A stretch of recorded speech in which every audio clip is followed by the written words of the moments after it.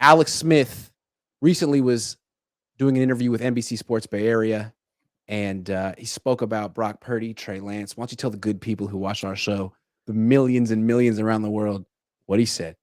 Well, I mean, I loved what he said because I agreed with every bit of it for both quarterbacks. I mean, if we start with Trey, he said, "Hey, I still love Trey's future. I think he's an incredible talent. He's a great kid." And he just kind of talked about how he's got to block out, the negativity or, the naysayers, the people that question him, and just focus at the task at hand. And between Alex's comments on Trey and then Jeff Christensen's comments, kind of almost promising that, hey, you're going to see a different Trey Lance when camp starts. To me, that kind of vaults Trey into the number one guy that I want to be watching when camp starts. Just simply, well, there's been an awful lot of talk about improvement, awful lot of talk about reps and what it's done, and now it's time to see it. So but I agree with Alex. I've definitely really believed that Trey, despite the fact that it hasn't happened yet, that it's still going to happen. So that's one. And then on Purdy, he kind of just said, "Hey, you know what? All these other things outside of he basically crystallized the quarterback position into three elements: your accuracy, does the ball come out on time, and do you process what you see at the line of scrimmage?" And he thinks that Brock does that exceptionally well. And so he's got a lot of enthusiasm about not only what Brock has done, but he used the word sustainable. And that's what I think where I would differ from some people. There's a lot of people that were impressed, but just are like, you know what? This ain't sustainable. But I think what Alex kind of wrote there or talked about with Mayoko is that, you know what? You can talk about 40 times and this and that and all kinds of different measuring things, but really just comes down to, do you process what you're seeing? Are you on time and accurate? And kind of on time and accurate are almost kind of the same thing, but not quite. But I agree with that. So I think that Alex, who I think Grant would be a phenomenal 49er quarterback coach, he probably made too much money to ever need to coach. But if he ever wanted to be a coach, man, I think he'd be an outstanding one. I think you got a glimpse of him. Said if he was talking directly to Brock, it's like, dude, you got it. Just keep it rolling. And he's talking to Trey. You got it. Just keep working, keep grinding.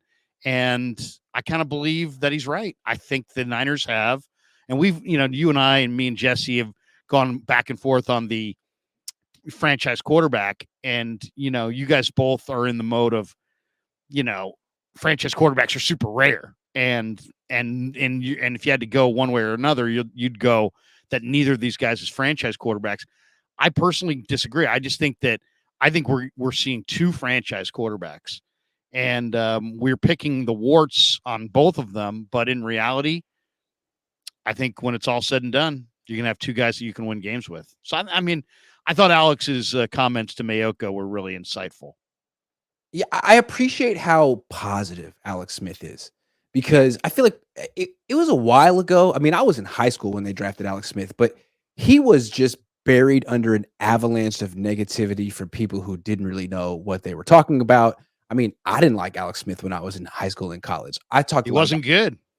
he wasn't, but at the same time, he was a victim of circumstances. And I think it's important to remember that just because Jimmy Garoppolo had a hot start, it didn't lead to a Hall of Fame career. And just because Alex Smith had a rough start, it didn't mean that he was a bust. He ended up being, he's been to more Pro Bowls than Jimmy Garoppolo's been to. So it's nice to see the one quarterback in Niners history who didn't have that hot start the last 20 years. Kaepernick had it, Jimmy had it, Alex didn't. For him to come out and be like, you know what, can we give Trey a break? He was 20 when they drafted him. He didn't Right. have experience. I mean, like, he's enthusiastic about Brock too. I appreciate that. I'm enthusiastic about Brock. I like that someone finally has Trey's back. And of course it's Alex Smith, because Alex Smith was written off at a very young age in quite the same manner. And yes, he was on a worse team, but still, it's nice to have someone who can legitimately empathize with Trey Lance. Say, can we pump the brakes, please? The dude's 23. I appreciated that. Totally. Yeah. I've been waiting for him to comment. I was trying to get him on my channel just because exactly what you expressed. Not only is he positive, but he's got a layer of credibility because he's Yep. lived it He's been all. through it. He's been through it all. He's Yeah. been the guy with Kansas City at the end who is doing a lot of the things that Brock's doing well. He was accurate. He's processing what he sees. He's on time with his throws. He was Brock late in his career, and he was Trey early in his career. But Bonus Alex has to gravy, live with the tons of stigma of being drafted before Aaron Rodgers. Like, that's unique. That's almost like what Mitchell Trubisky has to live through. And he survived it and flourished in spite of that. That's hard. yeah. That's hard. Oh, and I'll never forget because the day he was drafted, we did an interview with Urban Meyer, and I thought Urban Meyer was going to be super. Urban Meyer coached him. I thought he was going to be super glowing, and what Urban Meyer said that day was so eye opening. He's like, this guy is a really great kid. He's smart. He's this. He's tough. He's football family. Football's important to him. All these traits, incredible traits. And we're like, Urban, so you think he's going to be really good this year? And he's like, no. He's going to be totally non-functional until he knows every aspect of the offense. Non-functional? I couldn't believe he said it. And I'm like, are you serious? He's going to be non-functional? He's like, yeah, it's going to take him a while. You guys are going to have to be patient. He's going to be completely non-functional until he knows, every attribute of this offense. This offense is quite a bit different than the offense that we ran and that he ran at Utah. And it's just going to take some time. But as long as people are patient, they'll be happy. And it's like, sure enough, Alex Smith was a damn good NFL quarterback, but he at that point was, 9 years in. I think when Harbaugh took over, Alex Smith was going into his 8th year. And that was a huge turn right there. The Harbaugh era is when his career turned. Yep. So I appreciate Alex Smith. Thank you for your candor. Someone needs to have Trey Lance's back. We all appreciate Brock Purdy. Congrats, Brock Purdy. But it's nice to have someone say something nice about Trey Lance. Someone associated with the NFL. Because it feels like every insider's like, I've heard that Trey Lance really sucks. It's like, are you sure? Do you need to say that? Could you give him a chance? Because that's the kind of thing that someone like Alex went through, And you're not defined by who you are at 23 years old. Trey's 23 years old. What were you doing when you were 23, Larry? Oh, God. 23. Yeah. Getting in fights and doing stupid stuff. Imagine being written off in life at 23. Written off.